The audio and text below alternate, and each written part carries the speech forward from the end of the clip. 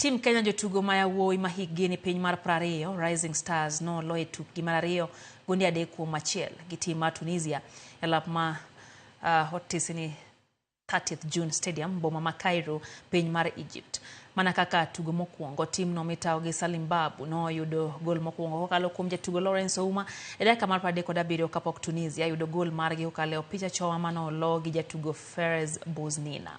Omar Benali no kero Tunisia nyime dakika mar 70 kapok Ali Din Debrali lo gol mogik ne Tunisia. Kenya mano lo gi Morocco gonde 3-2 e tugo mokwongo nyaka koro lo tim ma Nigeria e tukgi mogik mar group mondo mi gibed gi geno ma dhi nyime e tielo manyime e tukegi.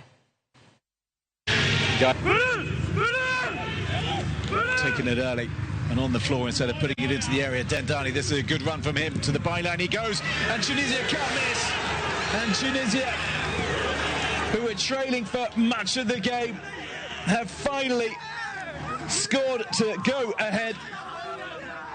Kenyan resistance broken. Formation of the yellow card for Mansour. That's going to cause some problems. And it has indeed, and it surely has clinched the victory as well, when it was always drifting away from Ottawa.